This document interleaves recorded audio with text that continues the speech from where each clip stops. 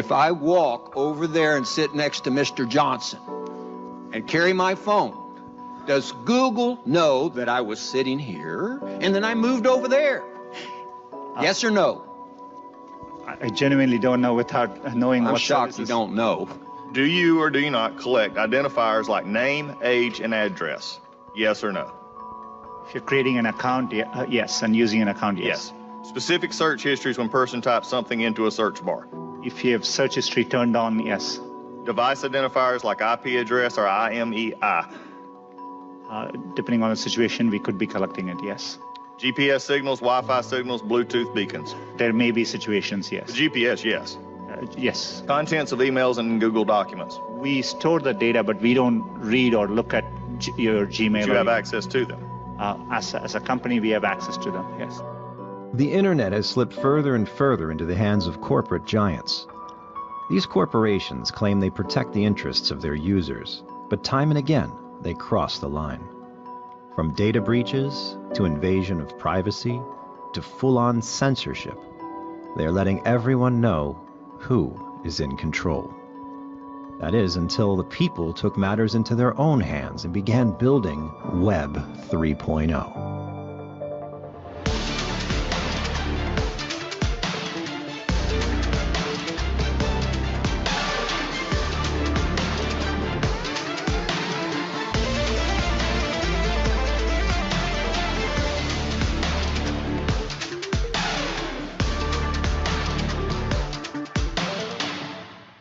Another major setback for Facebook, the social media giant already under fire for not protecting users' private information, now admitting it's been hacked again. This time, many are wondering how safe is their personal information.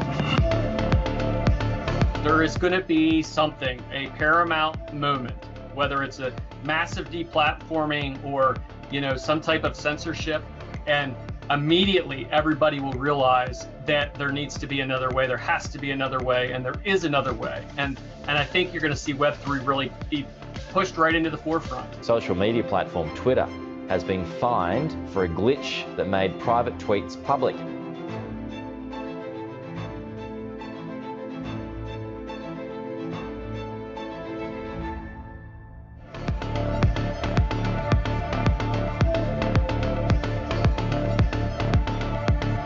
Legacy-based systems, legacy-based individuals, whether it's the financial institution or the technology sector or the healthcare sector, whatever, Web3 is a way for them to be palatable with moving to the next iteration of technology because it looks like something that they already know. They don't have to think of it as blockchain, they don't have to think of it as crypto, they think of it as the next internet.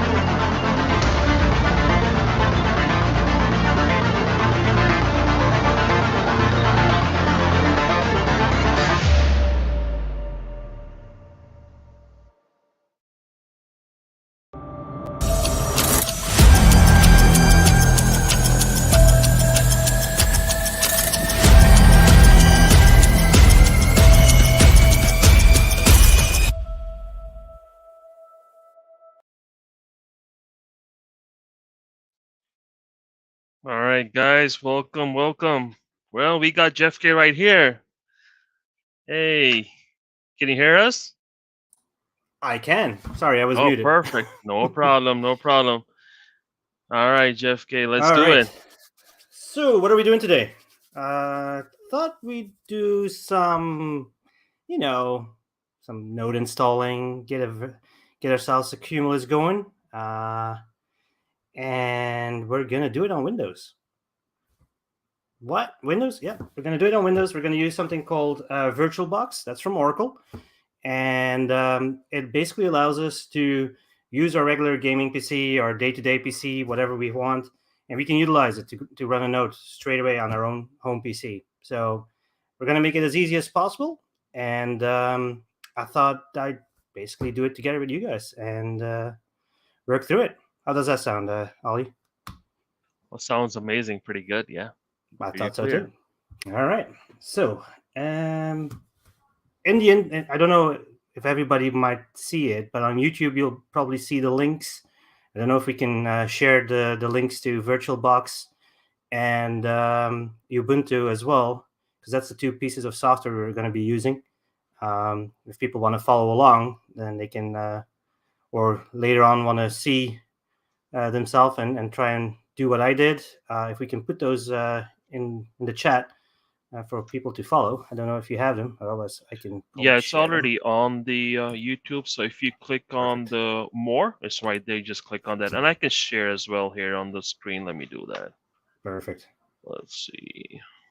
There we go. All right. So first things first, of course, we're going to download it. I already have. I'm going to take a couple shortcuts here and there to make sure, with the interest of time, so we don't just sit here and wait. And while we wait, people can ask questions. And if there's any concerns or is there any things that are not clear, please ask questions in the chat, and I will answer them. Of course, I won't ask them again. So let's dive into it. So first things first, we're going to start up VirtualBox. Let's see here. So I already have it running. Where is it? There's a little box here. There we go. VirtualBox from Oracle. It should be on the screen right now.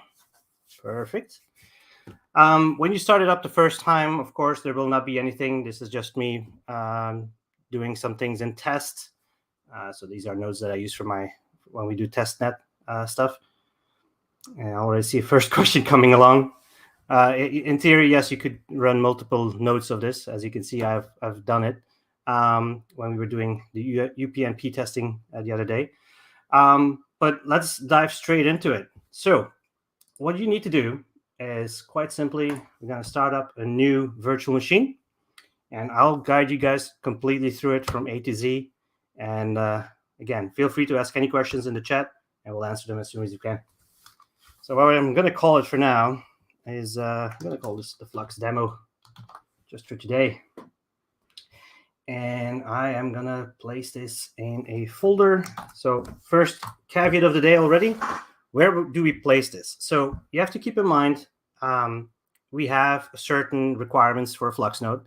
One of them being that you need 220 gigabytes, I believe it is. Let me double check and bring it actually on the screen for a sec, just so that we're all clear and on the same page.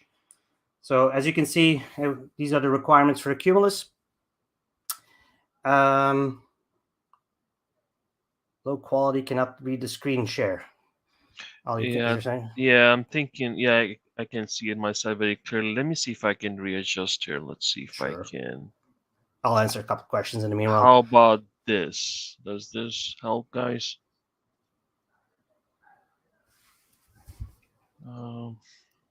We can barely see. That's not good. I don't know what else we can do. Let's see. Is it on my end? Try to. Yeah, I mean, can you go back to that VirtualBox again? I want to see how it looks like. Yeah. Maybe it's your resolution. Maybe, I guess. I'm not sure. Too big a monitor. Yeah. Let's see. Can I do anything about that?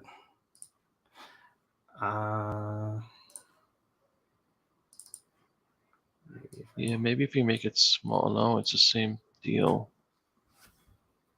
increase your screen size. All right, let's try. Oh, that's going to be. Let's see what we can do here.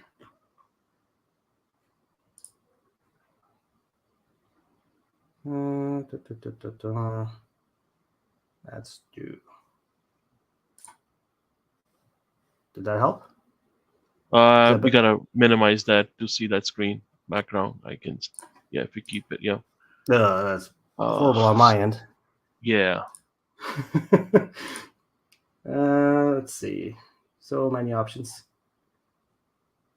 I mean, you had the best settings of 1920 by 1080. It's just what is. Yeah, let's see. We can play with it. I think this might be better actually. Is this better, guys? Yeah, I mean, can you guys see it? Somebody said maybe try 720 and see if that works. I'll try anything.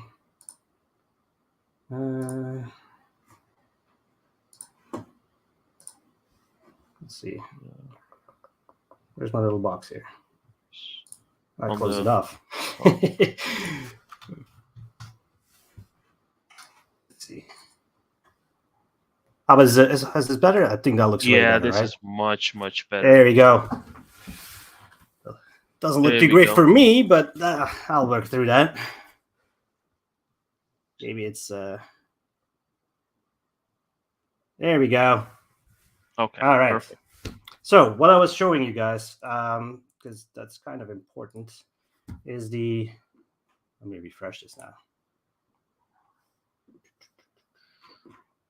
We need the new requirements. There we go.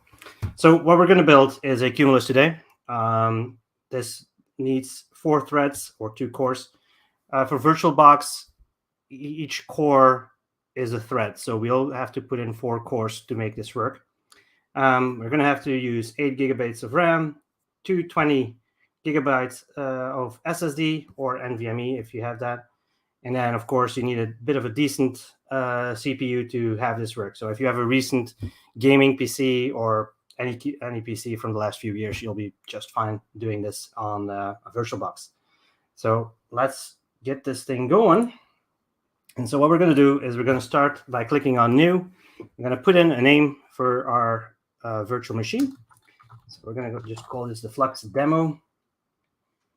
And we're going to put this on a certain spot. So what I'm using for myself is my G drive. That's an extra SSD drive that I put in my computer just to be able to run some nodes on it. You're going to have to make you're going to have to make sure it's at least has space for 220 gigabytes of space, because otherwise you're going to basically fail the benchmark. So make sure you do that from the get-go and that we don't miss that. So we're going to set up a Linux virtual machine, and we're going to pick Ubuntu. Where is Ubuntu? There it is, 64-bit. I'm going to click on Next. And here's where we start setting up our memory requirements. So we're going to pick up with 8 gigs. It helps, of course, if you have plenty of memory on your computer. The more memory you have, well, I guess the more VMs you'll be able to run and the more nodes you'll be able to run. So we're going to just run for one for now. So let's click on Next. And now he's asking, do you want to create a virtual disk? We just go with yes, let's create it. We'll pick the standard VirtualBox disk image. Click on Next. And then this is an important piece here. So virtual machines allow you to create a small disk, a hard disk, a virtual hard disk on your regular hard disk. And you can basically start really tiny and let it grow. Now, if you don't expect it to grow as much, you can set multiple next to each other. But do keep in mind that at one point they will grow and you might have a problem when it's all too big. So keep that in the back of your mind. Now, I will start off with a dynamically allocated, just because it doesn't use that much space for now. But if you want to, you can start with the full size straight on.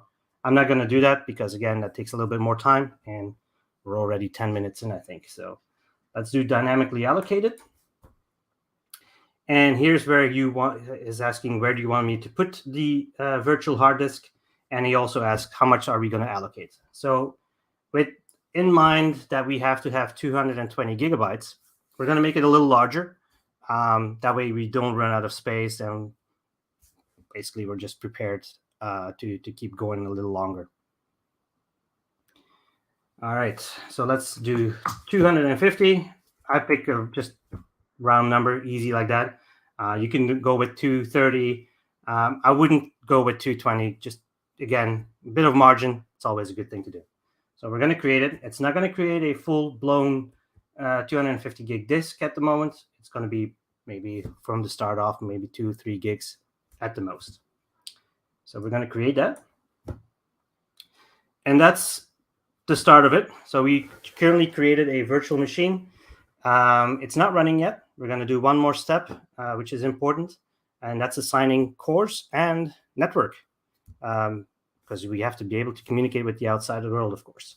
So let's do that. So how do you do that? Make sure you click on your node, click on settings, and then you get all the different settings that are available to you. But the one we're going to focus on first is the system setting and processor. All right. So as you can see, we're not able to say, I want to use 2 cores and 4 threads. Unfortunately, that's not a thing.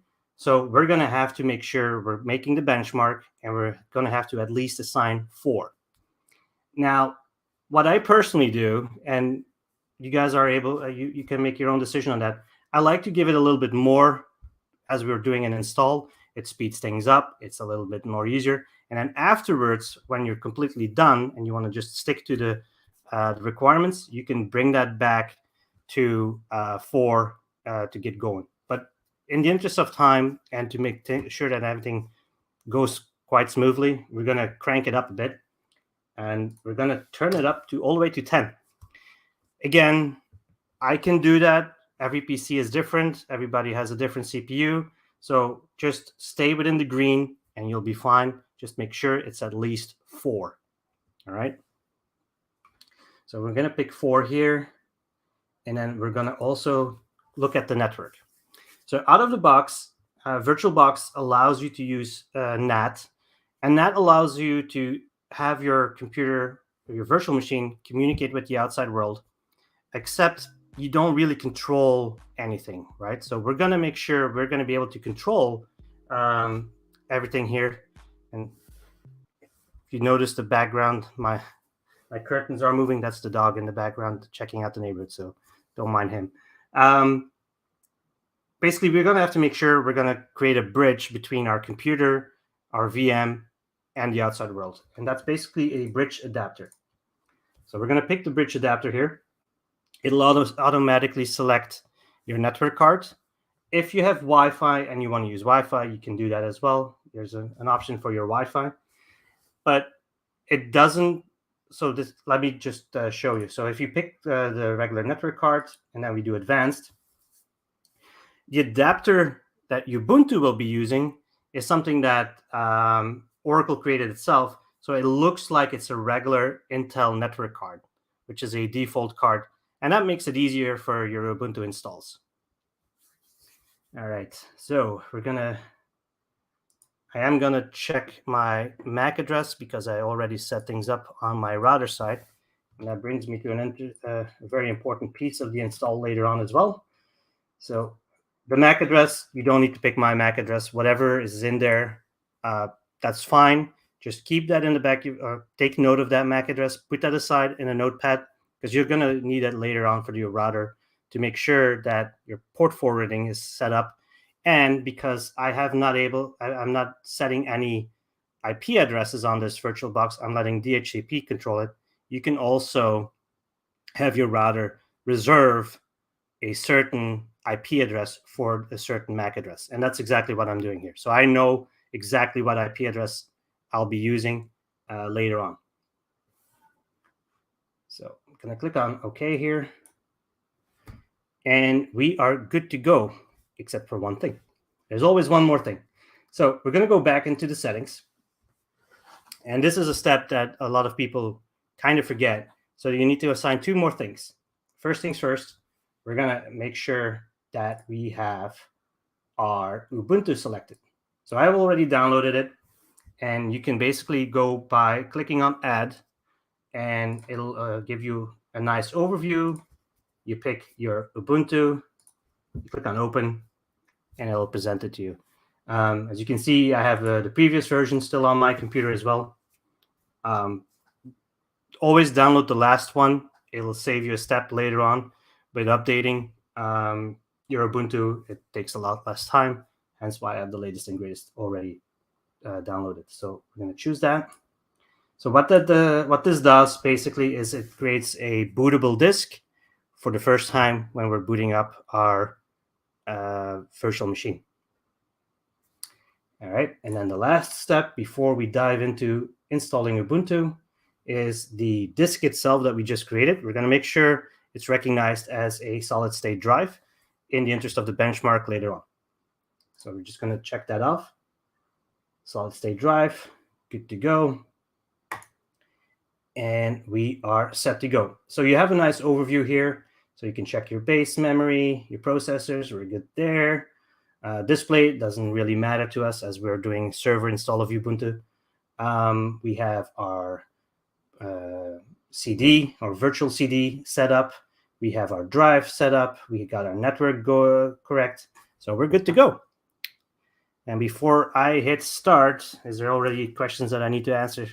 And if I have lost anyone at this point already, looks like we're good. I see Lucas asked a question. Can I assign more than 50% of my total RAM to the VM? Most people tell me it will likely crash. I would stick to the base minimum. 8 gigs is plenty already for a node. I wouldn't go further than that. There's really no need. Is there any other questions that we're still good? All right. Awesome. All right, so let's start it up.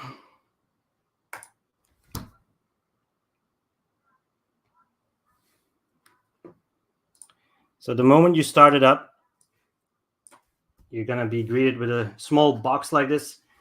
And just let it do its thing. Close these off.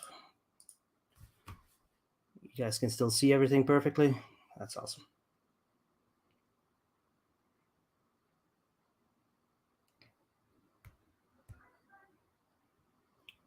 All right, so we're basically going straight into the install for our Ubuntu. All right, so I can do this in Dutch or in French or any other languages, but I think it might be interesting if we just keep it to English for now, right? So we're just going to start off by just pressing enter. So you can go up and down, but just press enter for English. It'll ask for your keyboard and layout. You go next. That's fine. And you can see here that he basically found the Ethernet controller that Oracle VirtualBox suggests. So we're going to go next. And next again. All right, this is an important step. So at this point, we are now basically telling Ubuntu what my hard disks look like. As you can see, he's recognizing a 250 gigabyte hard drive. That's because we set it up like that. But there's an important step here that sometimes get overlooked, and I see that a lot in the support channels as well. It's the LVM group, where I recommend you don't use it. You can. The problem is with LVM groups is that even though you selected 250 gigabytes, it's not going to give you the 250. And you're going to have less, and then you're going to have to expand, and it makes things a lot more complicated for no reason. So to do that, what you can do for that is you go down to that X, you press space, and it's gone. And then you go down to done, and we are good. So you get a nice overview again of the file summary. So again, the 250 gigs and how he's going to format it for us, and we should be good to go. Done. All right. So he's still one more step. Are you sure you want to start? Because you're going to format your disk. Yes, I'm sure. We're going to format a virtual disk. Nothing bad is going to happen. So we continue. All right. So next up is how we basically are going to call our server. And we have to pick a username. That username is the administrator of the server. That is not the root. It's going to be your first entry point into the server later on. So it's really important that you pick something that you, one, can remember, and two, that you take note of the password and make it as hard as you can, because you don't want people logging in on your server. Not a good thing, because they have admin rights. So make sure it's nice and lengthy and a little bit more cryptic, and because it's kind of important. So what are we going to call this server today? We're going to call it the Flux Demo server. My server name is going to be Flux Demo, and my username is going to be, let's just do Flux Demo as well. Don't all use Flux Demo, please. That's just me just demonstrating here, but make sure you pick a proper username later on. All right, so for the password, what I recommend you do is I go to a password manager. I use my password manager here, and I'm asking, hey, can you give me can you generate me a decent password so that people can not easily break it, and make sure it's at least 12 characters long, so the difficulty adds up. All right, so I'm going to pick 12, and we're going to pick a password here.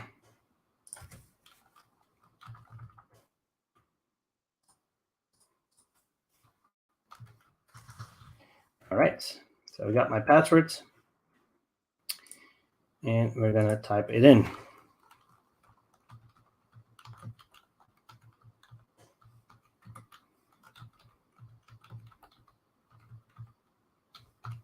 Voila. And then we click OK. You don't need the token, and then you just press OK. We are going to install OpenSSS because we want to be able to easily connect into our server after we're done. If you don't do this step right here, you can always later on add the OpenSSH, but I recommend we do it from the start and just straight away do it this way. So we're going to press space, and we're not going to import anything, and we click on done. You can install any other snaps you want. I'm not doing any of these. There's no need for a Flux Node. So we're just going to go all the way down, click back to done, enter, and off we go. We're installing Ubuntu.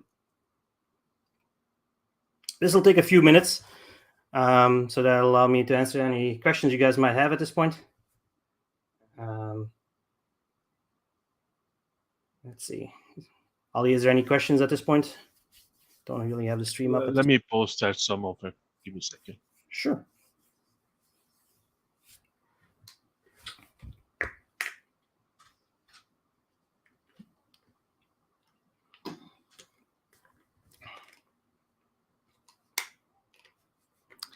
Does each node have to have its own dedicated 220 gigabytes of storage? Yes.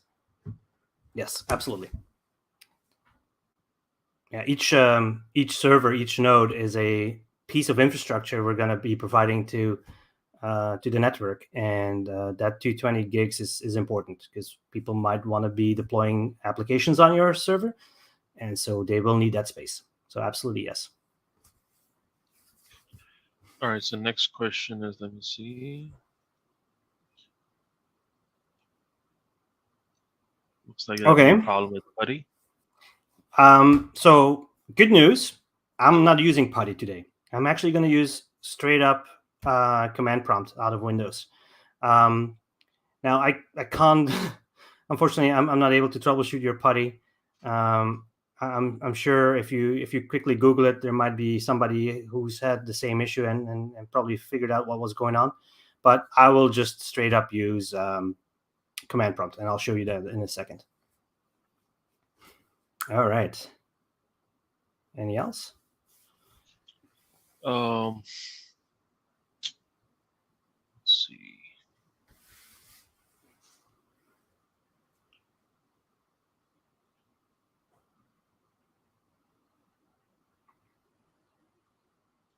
Right, this one is the question. Okay. So it appears that Docker install was an option being provided in the last menu. Would that have been beneficial to choose? The reason I didn't pick it, if we didn't have it part of our multi-toolbox, I would have said yes, make sure you click on that, install that. But the scripts that we use later on in the multi-toolbox, and we'll dive into that in a second actually take care of that. So you don't really have to do it, and you don't need to install anything or configure anything. Well, basically the Flux install takes care of that for you. So no, you don't need to install it that way. All right. So while we were answering some of the questions, the install has been completed. So the next step is to reboot it. Simple as that. You'll see a bunch of errors. I don't know why VirtualBox does that. It's trying to unmount the CD, but there's no real CD. It's a virtual CD. So you can just press enter again, and off you go. So it is rebooting now.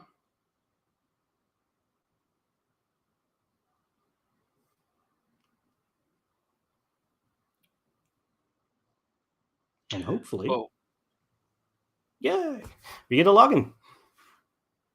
Sorry, Ali, I interrupted you. No, I was just saying that if there's a process that takes a bit longer of installation, maybe we can take questions as well in the middle. Yeah, there's a bunch of more questions as well. So whenever you wanna. Yeah, we're going to be able to answer a couple more questions in a second. Here, we start the Docker install, and while that goes, we can do a couple more questions. Okay. So, next up, command prompt. So, as I said, I'm trying to make it as easy as possible for everybody. And so, part of Windows 11, this is a fresh install of Windows 11 that I have. Part of that is command prompt. Command prompt has been there since the first days of Windows, and people always underestimate the little tool. It's actually still very strong. So what we're going to do is we're going to just start up command prompt here. And it's on my left screen. So let me drag it over. So this is good old command prompt. And this is where people tend to get lost a little bit, is where the install of the Flux Node itself. And it's really easy. I'm gonna show you guys. It's a few steps we need to do. The guys on the development team have really done a great job lately on making it easier and easier. I've given recommendations from working through the support channels, talking to the community, listening to the community. We understand there's a couple things that were in the multi-toolbox that were still a little daunting. But at this point, it is getting really streamlined, and I think it's 2 steps we're going to have to do, and maybe 4 text fields we're going to have to fill in. So again, I'll guide you guys through it. It's quite easy, and so let's dive straight into it. So we're going to straight up connect to the server. Now, I shouldn't do this. I'm going to make sure you guys are able to log in, because I know the IP of my server already because I've set it up on my router. But if you don't know the IP address at this point, we're going to help you guys figure this out. So the name of my server, or the login that I'm using, is Flux Demo. We filled that in a minute ago. And we're going to fill in the password that we also picked with our password manager. And hopefully I typed it correctly. Whew, I did. So this brings you to the main screen. And normally I step away from the VirtualBox at this point, and I go into my command prompt, as I was trying to get to already. But the reason I did this this way at this point is just to show you the IP address. And in the middle of the screen, and I unfortunately can't really show you, I think, you'll see IPv4 address for the network card is 192.168.0.124. That's the IP address we'll be connecting to. So let's do that straight away. So how do we do this? So you do SSH space Flux Demo. That's that same user again. at, and then 192.168.0.124. So if you're wondering why I'm connecting now to command prompt and not using the VirtualBox, one of the first steps we're going to have to do is launch the multi-toolbox and install it. And you want to be able to copy paste that, because otherwise you're going to, it's a fairly long string, and I'll show you guys in a second. And you might mistype, and then you might get lost and get errors and panic. So with the command prompt, we can easily copy paste. So that's why I'm doing this. So we're going to connect. Oh, he's not happy because I've been connecting with that IP before. So this is something you guys will not have. But in case you do, let me show you how to fix that. So it's actually saying already what you need to do. You need to go to your C users and to your SSH. So because he's trying to make a secure connection to your server, and it is not a known host at this point, or not one that he knows already, we're going to just remove this, and we're going to do this again. And now the fingerprint will work. How about that, guys? I took note of that I should delete that, but guess I forgot. Yes. All right. I'll type in the password again. Okay, voila. We get the same screen, right? If I look at this screen or the command prompt, you see that we have basically the same screen again. So we're going to minimize this guy. And I'll show you guys later on how to actually run the VirtualBox in the background after we're completely done. So you don't have an extra tab here running. All right. So first steps first. We're going to grab the guide quickly because I just prepped our Ubuntu at this point and our VirtualBox. But now we're actually at the point where we're going to start working our Ubuntu to prep it for a Flux Node. So let me grab the install guide here.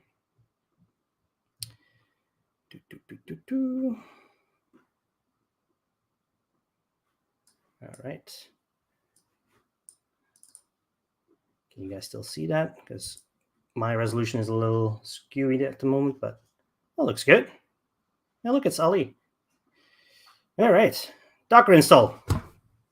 So if you're wondering why I jumped all the way straight to point number 17, because I'm not going to teach you guys what Flux is and what the collateral looks like. Oh, I actually already did that too. But the previous pieces of the install is basically how you get PuTTY, how you do self-hosting. This is with Vultr. So there's a lot of other pieces in here, how you set up your collateral. I've done that already, and I'm assuming you guys have that too. So we're going to go straight to the install of the Flux Node itself, because there's plenty of other videos that already go through setting up the collateral and how to do that piece. But we're going to straight up install Docker now. So we're going to start with the Flux Node install. So first things first, we're going to make sure our Ubuntu is ready to receive our Flux Node. So as you can see, when we log in, you can see here 14 updates can be applied immediately. Because we took the latest version of Ubuntu, there's going to be not that many updates, but it's always a good thing and to make sure your system is up to date, up to snuff before you install anything. So how do you do that? So you're going to do sudo apt, and then I believe it is update. And the password again. I should have grabbed myself a bit of an easier password, but that's okay. All right. So he's downloaded a couple packages, and then the next step is to just upgrade them. Yes. So we done sudo apt update. That downloads everything, preps it all, and then sudo apt upgrade. That one makes sure that you actually apply all those updates. Do you want to continue? You type Y, and off you go. And because we used the last version of Ubuntu, this goes really fast, as you can see. We're almost done. And done. That was quite easy to do. And then the next step is now we're going to start with the fun stuff. So Camille made an amazing tool. It's called the multi-toolbox. It is the tool of preference that we always use, that we show people if there's an issue, and we say, hey, go through step number 3, run the analyzer. It'll fix some things already if it sees something broken straight away. But it also provides the support team some really important information on why something is not working. And we'll go through that later on as well. So we're going to start off with the first line. In theory, we don't need to do curl, but it's always good practice to follow the guide correctly. So we're going to do that. He's going to say, no, there's nothing to install. In case you have an Ubuntu version that you don't have the latest and greatest, it might still need to update it or install it. And this would have taken care of that. Next up is the npm. We're going to install that too. And we're going to have to let that run for a few minutes so we can answer some questions if there's more questions for us, Ali. Yeah, so let me that on here. So all right, so this is a question. I'm going to be hosting the Flux Node tomorrow. Please let me know on Windows, how are we going to deal with auto updates and auto shutdowns in Windows? Oh, that's a good question, actually. Yeah, so Windows is a little notorious, of course, to just install updates and goes like, yeah, time for me to reboot, and off you go. Yeah, so when that happens, of course, your node goes down. And at that point, there's not much we can do. The only thing you can do, I don't really recommend it, though, is that you turn off your Windows updates. What I do recommend, though, is that you schedule your Windows updates so that you are in control when the Windows update happens. And then when you do the reboot, you're in full control of making sure your node starts up again. Now, with the new collateral, and this is something that's really important for a lot of people, we widen the window a little bit to make sure that you have time to do Windows updates or regular updates in Linux, or if there's a power outage or a maintenance that needs to happen on a server, we are more lenient that way, that we do allow a short time. I don't know the exact amount. I believe it's in the frequently asked questions on the Discord. I normally know these things by heart, but this one is slipping my mind. I think it was 100 blocks. Not 100% sure. But we do have a gap where you can take an outage. And so when you schedule your Windows updates, you basically can take care of making sure your node starts up again. So when you then reboot, you can start your node and all is good. Hope that answers it. Any other questions? Yeah, next question is... We're still limited to 1 IP per box, right? That is correct, although that will change shortly. I don't know what the exact ETA is on that, but at this very moment, it is still 1 for 1. All right, so next question is... What's required megabits a second for up and download for 1 cumulus, and does the ping matter? The ping does not matter. Basically, the idea of a decentralized network is that we're all across the world now, right? So I'm somewhere in Canada now running this node, and so people close to me will have a good ping. People on the other side of the world, not so much. But those people will also have service close to them. So there's always somebody going to be around you that's going to benefit from you hosting a node there. When it comes to the megabits and for the up and download, for the cumulus, it's 25 megabits a second. The reason being is that we have to make sure that what we provide to our customers, because we're all system administrators here, we're decentralized system administrators, and we all get paid to do this. We're going to get rewards for this. So we have to make sure that our network is strong, and the stronger we all make our network together, the more we are going to benefit from this, right? The stronger we be, the more people will utilize this. And that's the important part. And so we do have to put certain requirements to make sure that well, that we basically make sure that we have a good standard for our product that we present to people to use. So 25 megabits up and down is a requirement that we do need to have. All right. So I'm going to continue here because we haven't even started our FluxNode install, and we're 30 minutes or 40 minutes in. So let's get going here. So Ubuntu is finally done. It's me talking a lot that's taking this so long at this point. But as you can see, maybe 10 minutes would have been the amount of it actually would have taken. So we're going to go into the multi-toolbox that Camille created. We're going to copy that entire line. And we're going to make sure that we're in the command prompt. And this is why I did the command prompt or PuTTY. You can use whatever shell you like.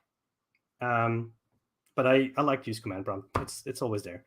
And this way we can easily copy paste things in. In the VirtualBox, you have to set a couple things to be able to do that. And it's still a little wonky. So this is a safe one to do. So copy paste it and enter. So now he downloads the multi-tool for us. And there we go. Voila, the multi-toolbox. So one of the enhancements that snuck in is that we only have to do this curl statement once. And I'll show you guys later what I mean with that. So part of the install now is that we created an alias that will copy that entire curl statement that we just copy pasted, and it's going to be reduced to just called multi-toolbox. And we'll show you that when I do the next step. So he's going to complain in a second because I forgot to do something. And this is good because this is what most people actually do. And that's why I'm doing it. So I'm going to hit 1 now because we're going to install Docker. And he's going to complain. And he's going to complain because he's going to be like, you need to be a root user to be able to install the Docker here. And he also tells you how to do this. So please switch to the root account using the command sudo su dash. So the way you do it is sudo su dash and enter. Now you're in the highest privileged user on Ubuntu, which is the root user. And this is the guy who makes you do all the fun stuff. Now, I'm actually not sure if the multi-toolbox is going to work straight out of the box for the root user as well. And it does. We're going to hit 1 again. We're going to install Docker. And he asks, OK, what username do you want to use? You can use the same user that I just created. In my case, that was a Flux demo. That's totally fine. It doesn't have to be anything special. You can, but it doesn't have to be. So we're going to use that. He's going to say, look, the user already exists, and he'll continue with downloading Docker and installing it for us. So we can take a couple questions, Ali, if we want, while Docker is being installed. Sure. So the next question is,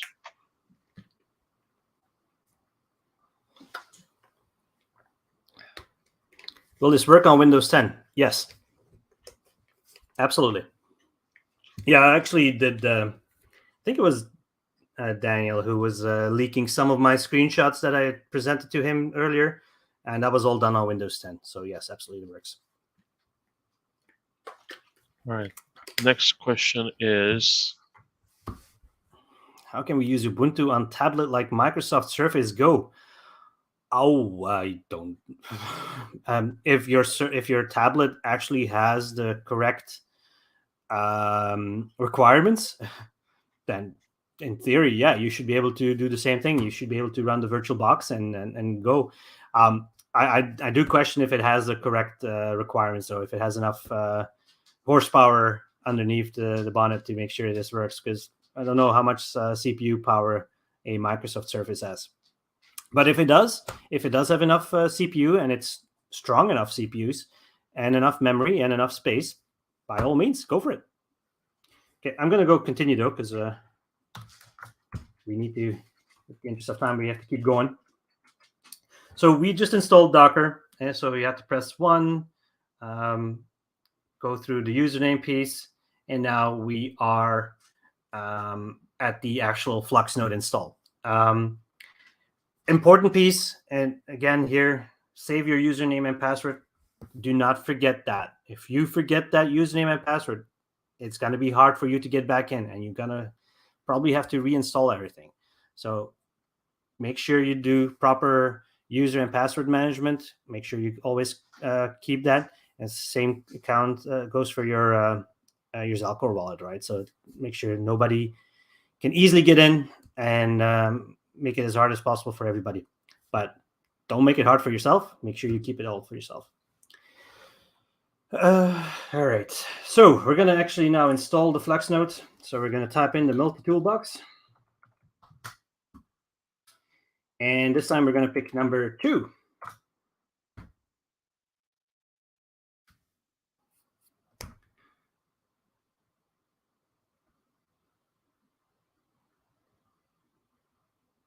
So it's going to go through some checks here. It's checking if there's anything else installed. If for whatever reason we had an issue before, we can it'll clear things up and clean things up, and it'll keep going. All right. Is the IP address of the VM different than the physical machine? Yes. That's a good question, actually. But yes, that's the bridge part I was talking about earlier. Because what we're trying to do is making your regular PC and your VM stand away from each other. Even though they're hosted on the same box, we're going to try and make sure they're identified differently. So when we do port forwarding, for instance, which I should have touched on already, if the port forwarding is an important piece, because that's what you're going to tie to a certain IP address. Later on, when we release FluxOS with UPnP, that becomes a little less important, but I would still recommend you use a bridge adapter for that. That's a good question. Okay, so here's the fun stuff. We're actually installing a Flux Node at this point. So we did step 2. We just let it run. It does a bunch of installs already. It took care of firewall. It took care of, what was it, other pieces. Make sure nothing else is still installed or configured from the previous things. It would have recognized it, and I would have asked you questions if it was, so you can decide if you want to redo it or not. But because this is a very fresh, clean install, we don't get any of those questions, and we go straight to the FluxNode identity key. So where do I find my FluxNode identity key? That comes back from your Zalcore wallet. So at that point, you're going to go here. So this is the Zalcore wallet. It looks probably a little funky with the resolution. Yeah, looks good. Yes, I have adjusted and played with the settings of the backgrounds in Zalcore, so it's not looking the default, but I think it looks cool this way. So what we need now is the identity key. And where do we find that? So in the edit here, it will say identity key here. And we're going to copy this right there. And we'll go here. And we're going to just right click here and click OK. Now it's going to ask for the collateral transaction ID. That's this guy. Click on it, copies it, and right click here. All right, now the output index, usually 0 or 1, and I really haven't seen anything but 0 or 1, and I've done this a lot at this point. So this is 0. And next up, Zel ID. So for the Zel ID, I'm going to go into the Zel ID here, apps, Zel ID, copy it, just click on the barcode, right click it, and OK. That's it. Now we wait. So he's going to ask one more question. And the next question will be, do you want to use the bootstrap that the script will figure out for you? So he's going to look where you are in the world, and he's going to figure out. So like myself, I'm in Canada. He's going to find a server that's close to my home, and we're going to start downloading from there. And if you're in Europe, he'll pick a European server, and in Asia, you'll find a Asian server, etc. So that's part of this next bit. So the ZK snark parameters, that takes a few minutes. So while that's cooking, we're going to answer more questions. I'm sure there's more questions to be asked. And before I answer the question, thank you everybody for joining. I really appreciate it. This is my first time of doing this, so bear with me if I'm maybe a little hesitant here or there, or I'm making small mistakes, but no, I really appreciate you guys all joining. So let's dive straight in. So would the setup past virtualization be similar with setting it up on a hypervisor such as ESXi, or would I have to set it up differently?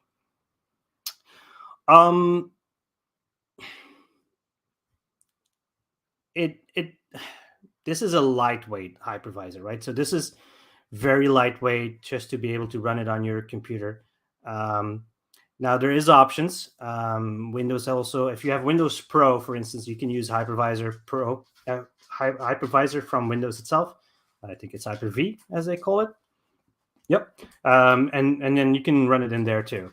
The reason I'm doing this is because not everybody has access to Windows Pro, but more access to Windows Home. And so this is a tool that allows you to do it on the Windows Home. But yes, it is similar, and it would basically be the same steps. You would just have to make sure you have the amount of resources, the correct resources added, and that would be it. So memory, CPU, hard drive, those need to be make sure they meet requirements at all times. That's it. Do we have to keep the PC running at all times? Yes. Yeah, absolutely. Again, you're a system administrator of a piece of infrastructure for the Flux network and a whole. So yes, so if somebody hosts a website on your computer by any chance, and that's a possibility. For instance, a pre-search node. I've seen it actually spawn when I was using it with the current collateral. I actually had somebody run a pre-search node, so I'm sorry because I turned you off. But yes, you have to keep it running at all times, and you do get paid for it. If you don't, well, you're not going to get paid, unfortunately. So at that point, you're going to fall all the way back to the end of the line, because each node has their own rank. And the longer you stay online, you move up in the ranking. And it's when you hit rank number 1, that's when you get paid. So if you do not stay in the ranking, well, you fall back in the back of the line, and unfortunately you're going to have to wait a little longer. And with the new collateral of 1,000 coins, I can see a lot more nodes come online, so it's going to take you a little longer to get that payment. So it is important to keep your server up and running, and make sure it is up and running, and you check that daily. All right, so I'm going to have to cheat here a little bit, especially with the time we're already at. Normally I would say download from source built-in script.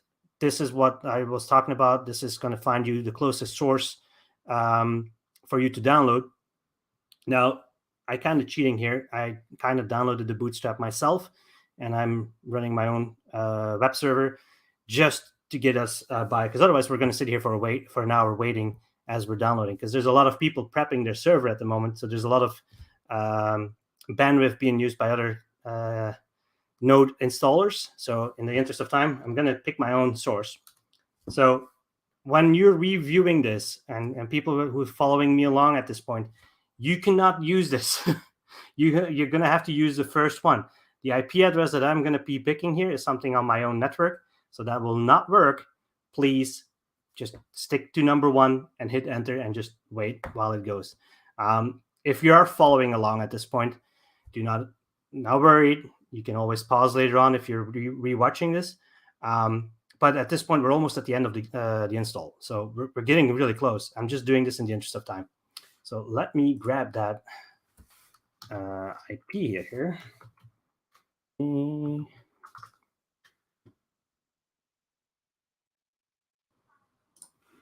right. So this will be downloading. So even on my own home network, it still will take me a few minutes because it's I believe it's 11 gigabytes. It's fairly large, so that's why it's going to take you guys, when you're doing this at home, it'll take you half an hour to an hour easily. and then it also has to unpack it, and so in the interest of time, let's let this thing go, and we'll be able to answer more questions. If FluxNode is running on Windows via Oracle VirtualBox, can you use your PC for other stuff like watching YouTube, browse internet, and so on? Yes, absolutely. I actually did the test the other day, and I was running a pretty popular game the other day, and I didn't even notice it was running. So yes, you can. Of course, depending if you have a computer that has limited amount of memory and limited amount of CPU power, and you start running this and you want a game, you might be into you might suffer a little on your game. But YouTube, no issue. Just regular browsing, also no issue. So yeah, I have this running in the background at all times, and so far no issue whatsoever. Now I do have a fairly large station at this point, but even on my other computer, I was not really having any issues. Flux Labs, can Flux be installed in CentOS instead of Ubuntu? I think you can. It's just it's not something we really support, and so it's basically it's on you to make sure everything stays working.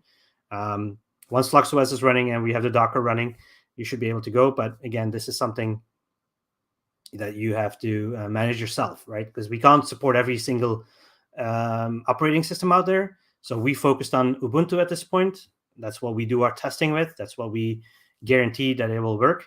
And so that's what we support at this point. But in theory, it shouldn't really matter. It's another version of Linux. You might just struggle a little bit more with certain pieces. And I don't know for sure if the script will work at all times that Camille wrote. So at own risk, basically. Sorry. Will this work within Windows Server 2021 with Hyper-V? Yeah, absolutely. Yeah, Hyper-V can run Ubuntu, and if you can run Ubuntu, you can run FluxOS. So absolutely, yes. If I want to switch to Wi-Fi later, I'm on Ethernet now. How can I make sure my node won't lose connection?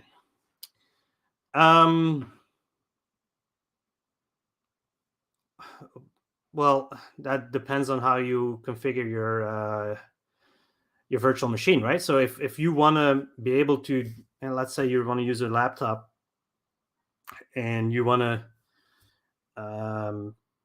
unplug it and move it to the other side of the house, then I would recommend you start using it via Wi-Fi from the start.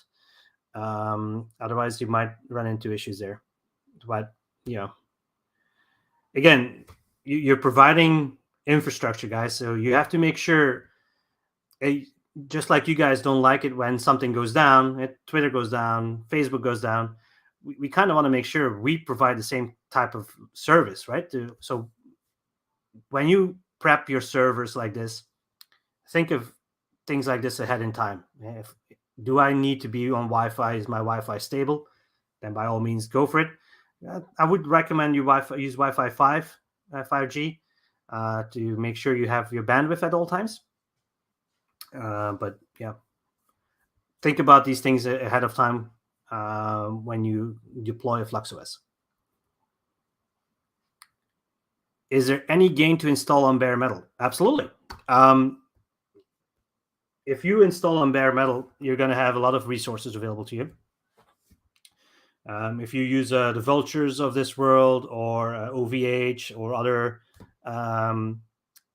service providers like that, Web2 service providers like that, they often offer bare metal options as well.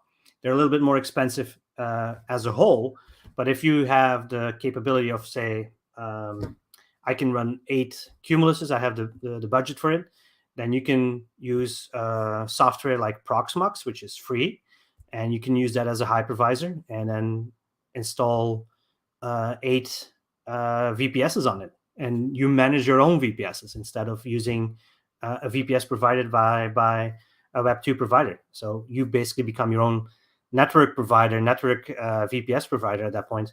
So yeah, you could. Can you just install one Flux node on a bare metal? Absolutely. If you have a smaller server or a little older server, and you want to just do, for instance, a Stratus or a Nimbus, you can do that too. Absolutely. So is there a benefit? That kind of depends, right? What kind of budget you have. I've gotten stuck at this step previously, and I wasn't able to see any FluxNode listed in the Zalcor app. Can you discuss how one goes to get that to show up? I'm guessing you're talking about the collateral piece. If that's an issue, two things: make sure you're on the latest and greatest version of Zalcor. Really important. And before I go further, notice that the Bootstrap has been downloaded. He's also installing cron jobs. Very important piece. The cron jobs, before we would ask, hey, are you on a dynamic IP or not? No, not any longer. We're installing cron job for you. If you are on a dynamic IP, no issue. We take care of you for that. We'll make sure we're recognizing your IP at all times. System bench, that's what we use for our benchmarking. MongoDB, that's for managing the apps. Node.js, that's what we're going to be using for your the front end for the FluxOS. And then Flux itself, the FluxOS itself is also being installed. So at this point, it is starting up our Flux daemon and synchronizing with the blockchain. So we're getting really close to the end at this point, guys. So as I was saying, go back to Carrie Brown's question. Make sure you're on the latest and greatest Zalcor wallet, and make sure you send the exact amount of collateral. So if you want to do a Cumulus, make sure it's exactly 1,000. If you do a Nimbus, make sure it's exactly 12,500. Not 1 cent more, not 1 cent less. It has to be exact, and then it will show up. If it still doesn't show up, please open a ticket with the support desk. I think the support desk link is on the website, and it's also in the Discord, in the general chat, I believe, and in the support FluxNode chat as well. So if you do run into an issue and it still doesn't show up, don't hesitate. Hit the guys up with the question. Will there be a tutorial running the setup using multipass on Windows? Fair question. I don't think any one of the team is actually working on a tutorial for that. The focus is elsewhere. And this is an initiative of myself that I thought. I also watch videos, right? I listen to the guys like Ryan Mata, I believe it is, who does YouTube videos. I listen to you guys. And one of the things was, hey, why is it so hard to install? And I kind of want to I can prove to you guys it's not that hard. So that's why I did the VirtualBox, to make sure that everybody can run this. And that's why I did this on a Windows PC. So that was a challenge for myself. And I think I started like a week ago. So yeah, there's no plans to do this on multipass. But again, it's not that difficult. Or not that different from a hypervisor install. Make sure you have Ubuntu 20.04 server.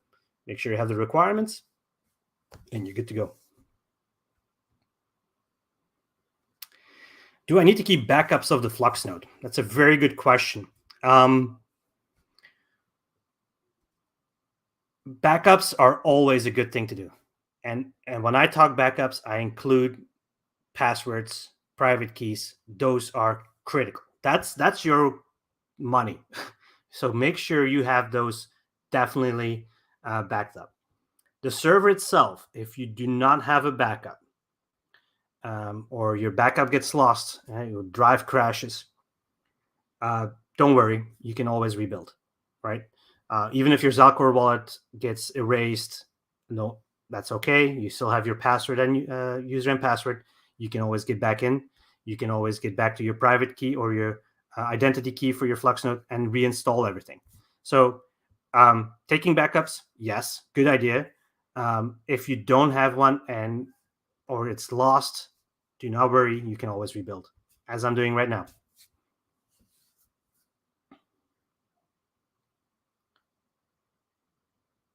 Uptime and network performance determines if you get paid or not. Yeah, and even server performance. So if you guys have the responsibility, basically. And it's that responsibility that we pay you guys out for. And this is not your standard run-of-the-mill master node. This is infrastructure. What I'm setting up here is that if I would like to run my own website at home, I want to make sure my website is online at all times. And that's what we're doing here. So uptime, absolutely. If you can't guarantee the uptime, that's okay, but you don't get paid, right? So you have to make sure that at all times you're good to go, so that that the rank is important, right? So the longer you stay online, you move up in the queue. Your rank goes up, it goes down to 1, and then when 1 hits, that's when the magic moment happens. That's when you get paid. You're part of the block reward. So yes, uptime is important, network performance is important, and server performance is important. That's really good questions, guys.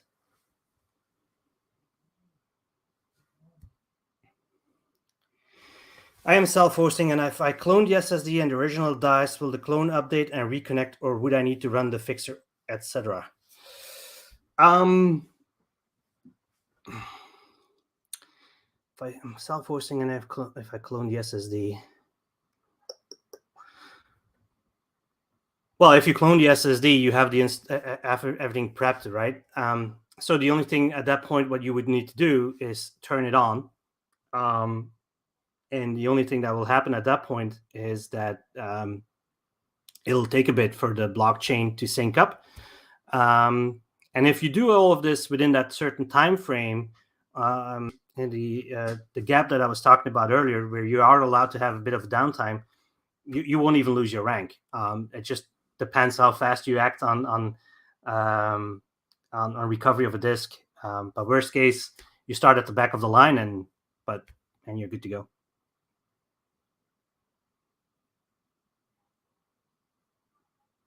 Are we through all the questions? Oh, we got few. Okay, so... but the setup is asking for a question. So I'm not going to do this today. Enable alert notification. Basically, what this is it allows you to set up your own Discord channel, your own server, Discord server, and allow you to get notifications when your FluxOS gets updated, or what the watchdog notices that there's an issue with your daemon, etc., etc. This is really handy to do. We're already past an hour already, so I'm not going to go through all of this, but this is something really good to do. Now, it's not because we're not doing this right now that you never have the option to do this later on. The multi-tool box allows you to go in and set this up at any given time. If there is any questions around this later on, hit me up on the Discord or follow the guide. And the guide is also mentioned how to do this. But it's quite easy. Basically, you set up your Discord server. You create a webhook for that Discord server, and it'll guide you through it. All the steps are there. And basically what happens is it'll allow you to see what's going on with your FluxOS. So we're not going to do this today. And let it go further, and we can answer more questions, because I think it's 5 minutes now before it's complete.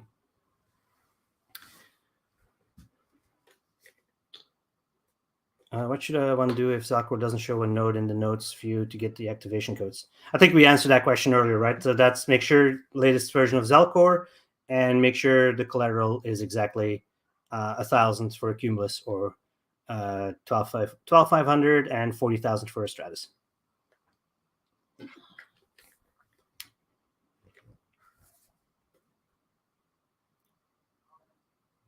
Is there a way to schedule a maintenance window? Yep. You don't need to request a maintenance window. You just need to make sure that you take your server down cleanly, shut down. I'll even show you guys a command later to stop it. Do a shutdown now of your server. That'll bring everything down. Do your Windows updates, and have your computer restart. And then afterwards, after you're done, just boot up the virtual box, and you're good to go.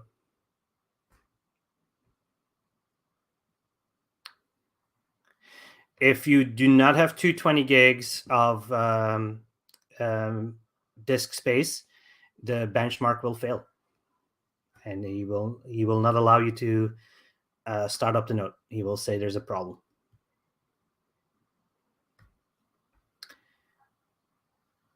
See, many older rack servers have DDR3. Will they pass benchmark? Yes. Yeah. As long as the CPU is strong enough, and you have enough memory allocated, you're good to go.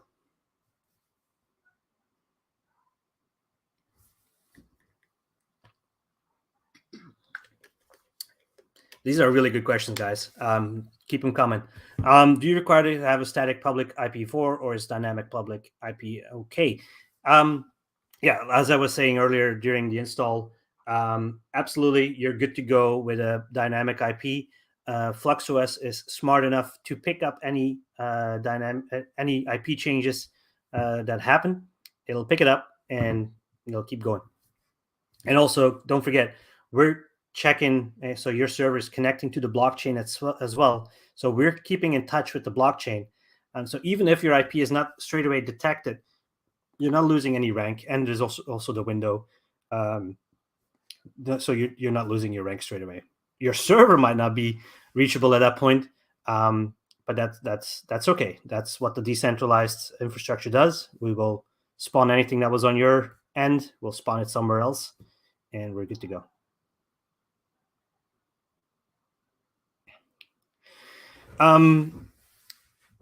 Is uptime an absolute 100%? Therefore, a UPS is required. I'm not gonna make you buy a UPS at this point.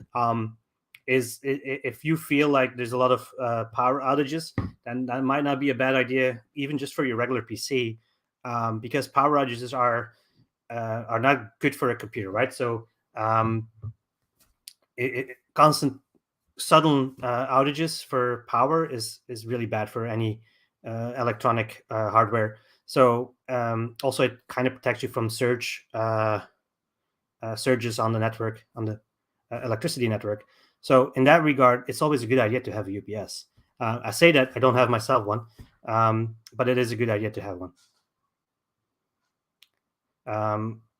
But yeah, like I said, 100%. We're not asking you to have 100% uptime, but we are asking to stay up as much as you can. Seeing that up to 7 cumuluses can run on one IP. If that's happening already, then bravo for whoever figured that one out. But that's currently not part of the FluxOS just yet. That is coming. Meanwhile, we're still installing, and like I said, 5 minutes. Yeah, we'll keep it going. It'll be a few more minutes. All right. Is there a way to run the VirtualBox on a new SSD, as my current SSD that has Windows is 220 gigabytes, and I'm getting a new one to run VirtualBox? Yeah, that's what I did. So I had my own disk, and I didn't want to, because it's read-writing, right? So the chance of this disk failing gets higher because there's a constant traffic coming in and out. So for an SSD, that's cumbersome.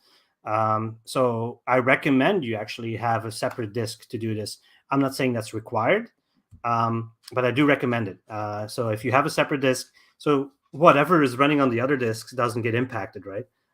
So yeah, it's a good question, but again, you will need 220 gigs at minimum, and so if you grab another SSD, that's a good idea. Any port forwarding needed? Absolutely yes. I think I still have these. I'll actually bring it up for a second. So these are the ports that are required that you set up on your router. You have to make sure that these are the ones. These are all the ones you need. I don't recommend you set up port 2020 on an outside into your network. Not a good idea. So stick to these ports. Those are the ones that are needed to be forward at this very moment. If you have UPnP routers, you are good to go for the next phase in FluxOS, where basically we're going to use UPnP, and basically that'll allow us to run the multiple the multiple hosts on one IP, because the UPnP will take care of all the ports and open them up per Flux node. So that's coming, but these are the ports you need to have to get going.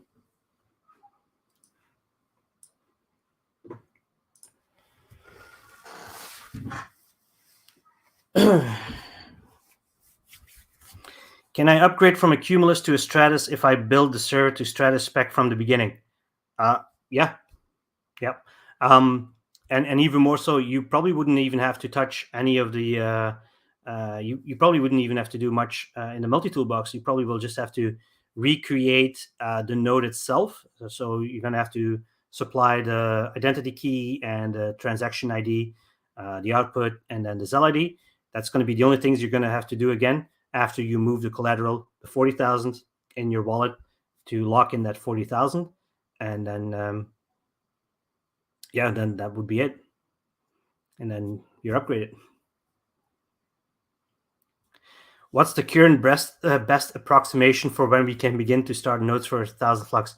That's a question you see constantly in the Discord at this point. Everybody's eager to get started, and I totally get you guys. It's a really big thing to be able to start running your node and start making extra coins. So I don't know what what the current amount is. The announcement guys have every detail along with the dates and the block height. Yeah, right. I think it's so that should be the most accurate. I mean, in terms of dates, it will depend, or I'm sorry, not the date, but the time, because of the block height can take longer. It's a 2-minute block time, but it can be longer or lesser, of course. But take a look at the block height, and then that's the best determination. If you want to calculate it yourself, look at the current block height, look at the block that we set where the switch happens, and that amount times 2 is the amount of minutes it'll roughly be when we start the new reality of the new collateral. All right, next question is... A lot of questions today. Does Dan get this many questions too? I don't remember him getting this many questions when he's doing something. Okay. If I have multiple internet lines to get the required upload speed that are load balanced on different IP addresses, can I still run a Flux node in this configuration? That's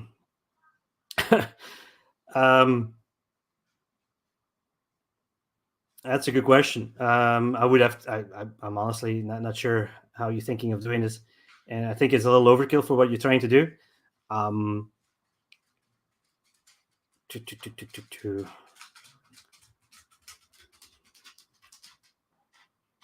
honestly don't know, because you're gonna have. I think your Flux node might actually have issues picking up the public IP, but yeah, you might be just fine.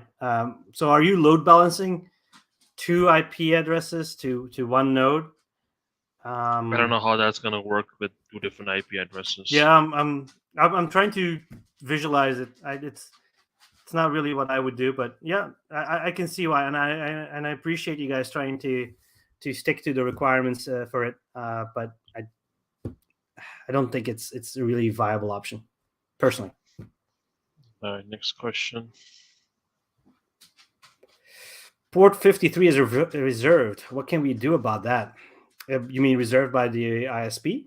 Yeah, if it's reserved, then I'm not sure what we can do about that. All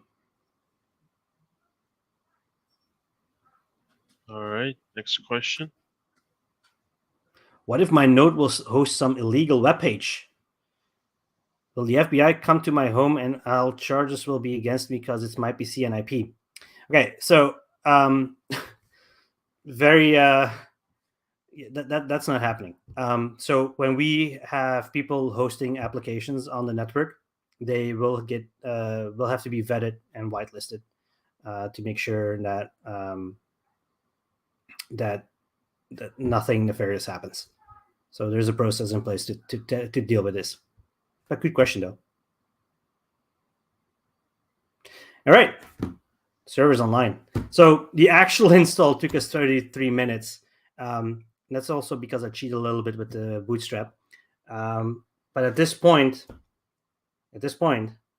we are operational. So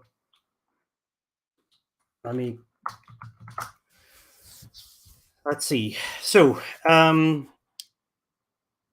let's have a look here. So let's see. Let's go to the web page itself at this point. So we have FluxOS running. Just like everybody else at this point, I am waiting for it to be the correct block height so I can start it. But at this point, we are fully operational. And how do I check this? Because it's running in limited capabilities, so that can throw a couple people off. But if you look at the benchmarks and you get the status, he says failed. And why is he failed at this point? Because I didn't open the port. And I did that on purpose. So let me open the port.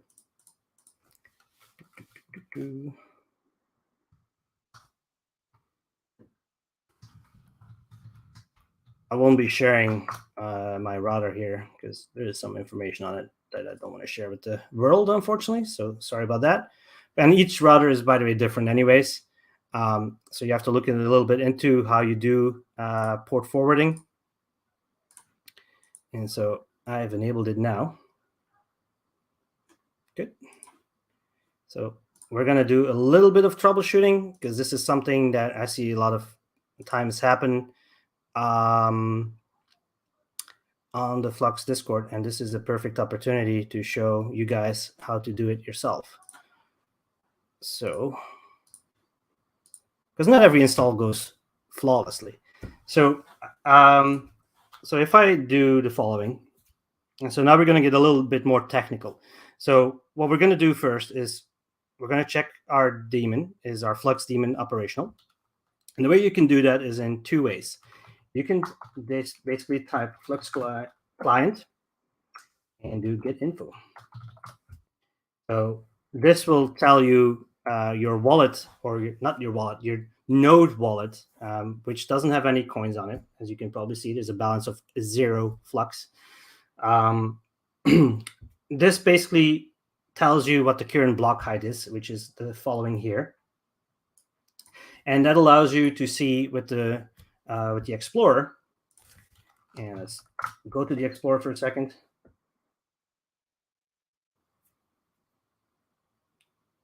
All right. So you get here the block height. So we're at 229, and I am also at 229. So our Flux daemon by itself, he's in good shape. Now, if I do,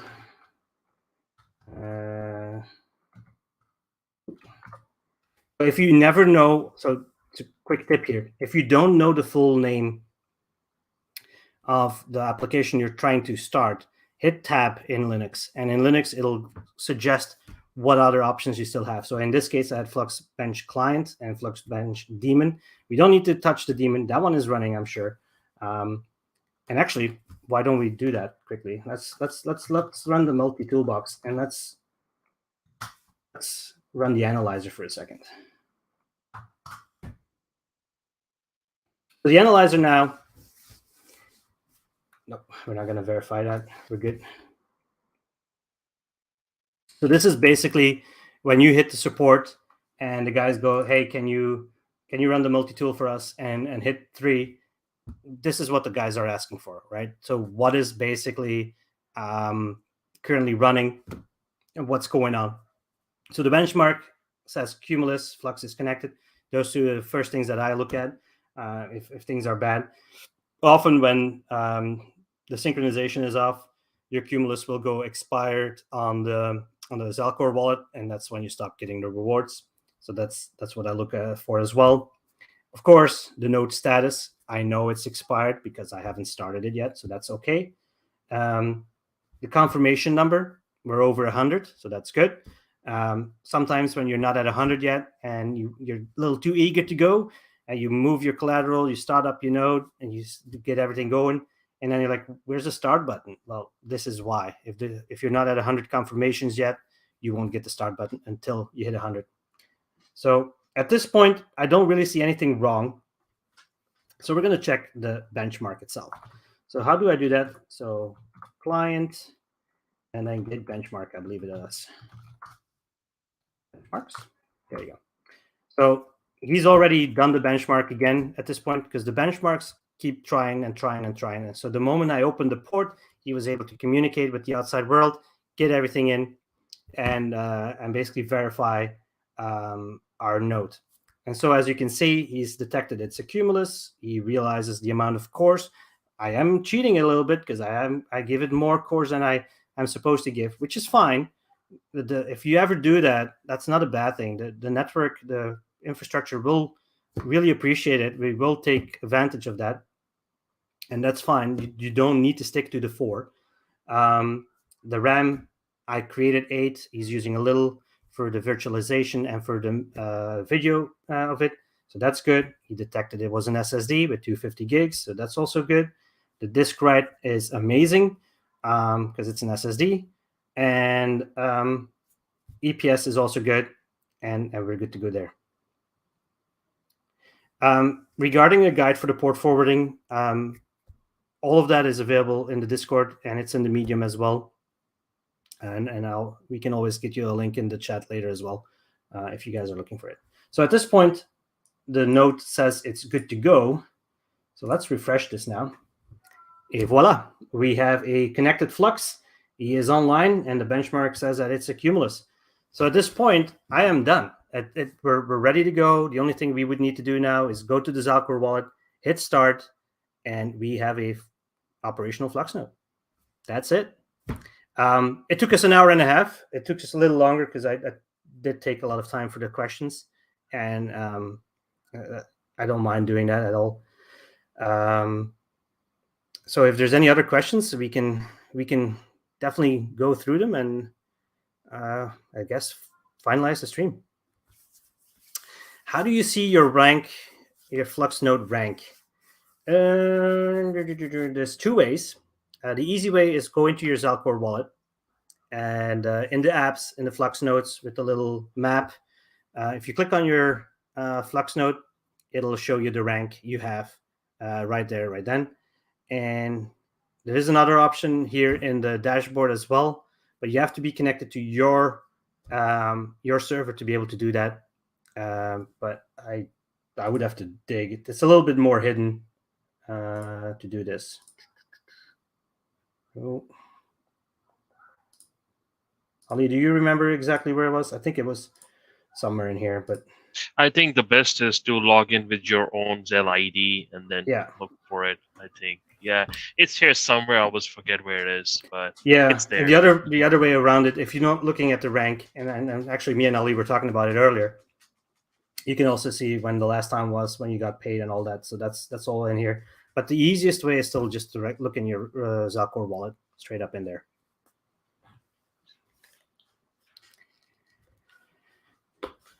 How long can you lose connection to the node before you lose your ranking? Like I said, it was 120 blocks. I believe it's around that. So if it's 120 blocks times 2 minutes, do the math. 240 minutes.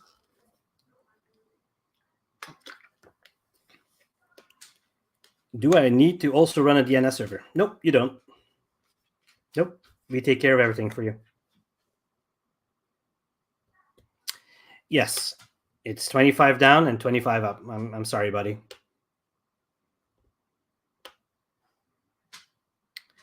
And you're not late to the party. There's no such thing. Thanks for joining. And do I need a static WAN IP? No, you don't. Part of the install does it automatically for you. We make sure, even if it's a public IP, that we pick up what the new IP is, and we go from there. You guys hiring developers part-time? Well, if Daniel is in the chat, I'm sure he says yes.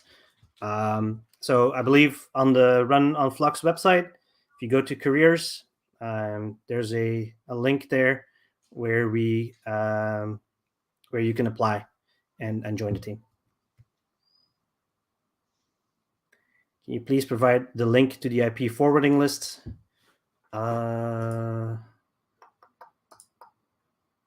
I had it earlier.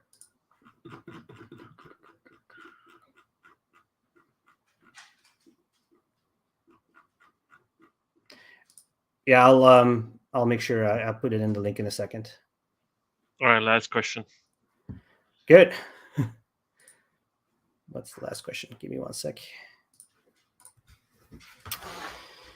All right. Can we create multiple VMs in order to run 2 or more Cumulus nodes? And if yes, is there any type of network configuration we need to do in VM or in the router? Thank you. And great tutorial. Thank you. This was my first time, so bear with me. Yeah, you can run multiple VMs on Windows. Just again, it's the same story that I keep saying, right? Make sure you have enough resources. Make sure you have enough memory, CPU, and disk space, and then you can definitely do multiple VMs. And then to answer the question regarding the network, so regarding the network, that's not virtual.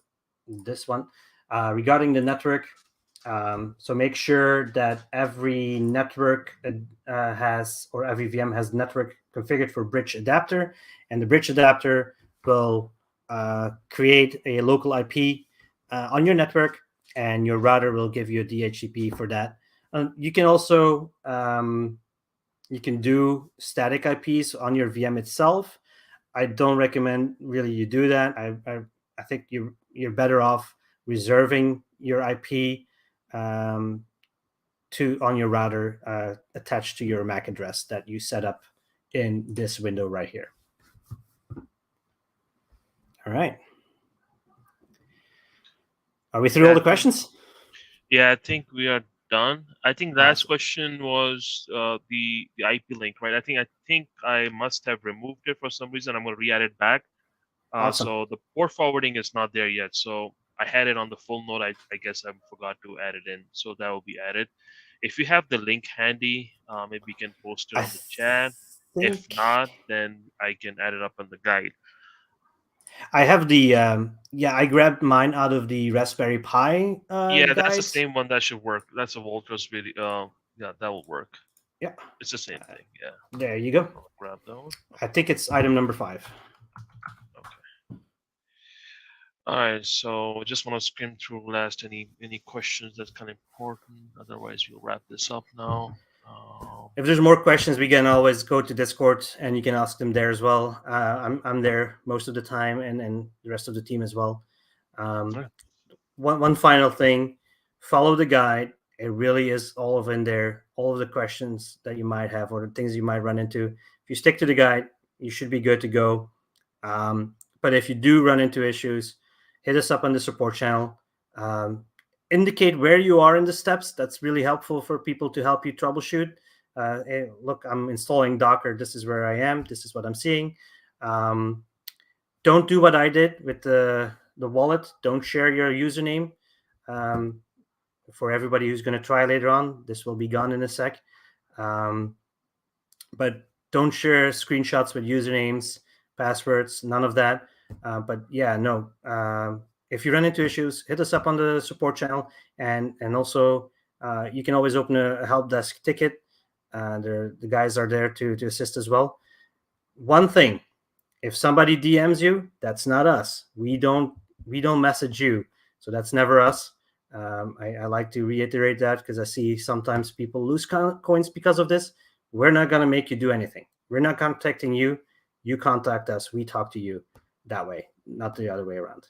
So thank you. Appreciate you guys all joining us.